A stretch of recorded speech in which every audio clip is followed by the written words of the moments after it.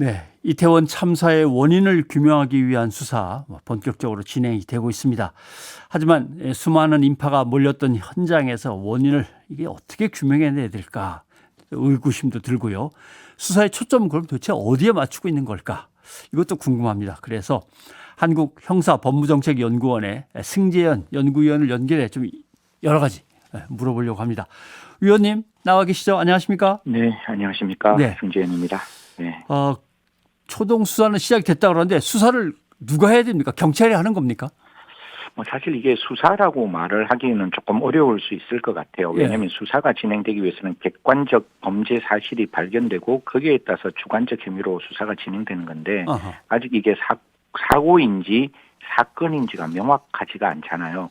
사건이라고 우리가 말을 하기 위해서는 행동이 있고 그 행동이 결과를 만들었다면 그는 사건이 되는 것이고 그게 아니라 그냥 밀집한 어떤 그 운집한 군중들 사이에서 정말 일어나지 않고 정말 발생하지 않을 일이 일어났다면 그건 이제 사고가 되는데 이게 사고인지 사건인지에 대한 원인을 밝히기 위해서 지금 뭐 초당적으로 그러니까 이게 경찰도 될 수 있고 법무부도 될 수 있고 관계기관들이 같이 모여서 아마 영상을 분석할 것 같아요. 그래서 이 영상 분석 결과에 따라서 원인이 있고 결과가 있으면 사건으로 접수해서 이제 형사사건화 될 것이고 그게 원인이 없다면 사고로 분류되어서 누구에게 과연 이러한 행위에 대한 책임의 가능성을 물을지 그렇게 이제 나뉘어질 거라고 말씀드리겠습니다.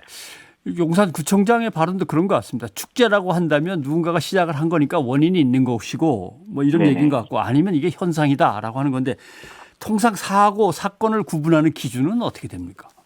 가장 중요한 게 사건이라는 거는 앞에 있는 어떤 유형력이 있고 그 유형력이 이 정말 참혹한 결과를 만들었다라고 보는 거죠. 그냥 이건 예를 드는 겁니다. 지금 많은 언론에서 뭐 대여섯 명이 밀어라고 이야기를 해서 그 행위가 그 많은 사람들을 도미노 현상같이 넘어뜨려서 정말 참혹한 현상이 발생했다면 그 원인을 제공한 사람, 그 원인 제공한 사람과 그 사람들이 쓰러지는 사이에 인과관계가 있다면 그 인과관계는 결국 행위에서 발생했기 때문에 그 행위에 대한 책임자에게 어떠한 의도로 사람을 밀었는지에 대한 판단, 그게 고의면 굉장히 중한 범죄로 성립될 것이고 그냥 넘어질 수 있는 예견 가능성으로 밀었다면 과실이 될 수 있으니까 이런 부분을 찾는 것은 사건, 즉 형사사건을 보는 거고 그게 뭐 원인력이 없다. 그런데 그 당시에 워낙 밀집한 상황에서 발생되는 참혹한 어떤 참사였다라고 하면 과연 그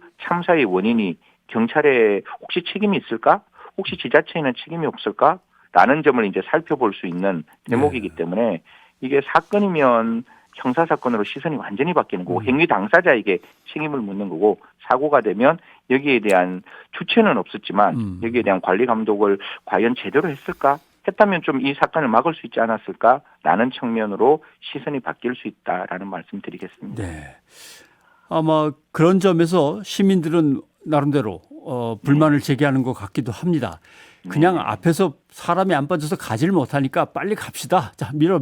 이 정도 얘기한 걸 가지고 오히려 시민들한테 책임을 묻는 거 아니냐, 덮어씌우려고 하는 거 아니냐, 막 이런 불안감도 있는 것 같은데 CCTV 영상을 이렇게 다 분석하면 밀어 하면서 진짜 밀어서 생긴 일인지 애당초 거기에 제대로 통제를 했어야 되는데 통제를 못해서 벌어지게 된 건지 명확하게 드러날 수 있을까요? 뭐 이 부분은 제가 옛날에 뭐 보스턴에서 마라톤에서 테러가 발생했는 거잖아요. 지금 상황은 테러 상황이 전혀 아니고 그냥 이거는 어떻게 보면 참사인데 그때 그 미국에 있는 관계자들하고 뭐 본의 아니게 이렇게 회의를 할 때 제가 물어봤어요. 너희들 4일 만에 그 10테라바이트 이상 되는 영상을 어떻게 그렇게 분석했느냐. 그거 굉장히 어려운 거 아니냐 이렇게 물어보니까 그들이 그런 말 하더라고. 이건 우리가 해야 할 일이다. 국민의 생명과 안전을 지키기 위해서 누가 이런 테러를 했는지를 밝히는 것은 우리의 의무라고 이야기를 하더라고요. 이분도 똑같겠죠. 지금 뭐 경찰에서는 수많은 CCTV 그다음에 여러 SNS에 관련 올라온 자료들을 통해서 여기서 누가 어떻게 저 참사의 원인이 됐는지를 살펴야 되는 것이고 그 원인을 살펴서 사실 CCTV의 한계는 뭔가 하면 소리가 들어가 있지 않아요. 그래서 우리는 밀어라는 게 그 CCTV 안에는 모습으로 나올 거예요. 예. 영상으로 나오는데 그 영상 이외에 저는 보스턴 마라톤 대회에서도 이게 어떤 그 중심적인 어떤 기관이 하나 만들어져서 국민들로부터 제보받았거든요. 네. 그 당시에 영상들이 있으면 저희들한테 다 보내주십시오라고 해서 그 당시에 찍혀있던 영상을 받으면 그 영상 안에는 목소리가 들어와요. 우리가 휴대폰에서 녹음을 하면 목소리가 들어오고 있는 거니까 그런 걸 종합적으로 모아야 되고 그렇기 때문에 지금 아마 디지털 신속 그 디지털 분석을 좀 신속하게 하겠다 이런 이야기도 나오는데 어떻게 보면 이게 원인이 객관적이고 투명하게 사실에 근거해서 밝혀져야 더 이상 업무 컨스피어런시 이런 게 안 만들어지는 거거든요. 네. 그래서 제가 지금 생각하고 있는 첫 번째 국가가 해야 할 일은 사고 수습이 가장 중요한 것이고 두 번째는 이 참사의 원인이 사건인지 사고인지를 명명백백하게 국민들에게 알려주는 게 지금 국가기관이 해야 될 가장 제일의 또 하나의 임무라고 말씀드리겠습니다. 네, 알겠습니다. 그리고 그래서 경찰이 디지털 증거 긴급 분석 대상 이렇게 삼고 있는 거군요. 알겠습니다. 네네, 네.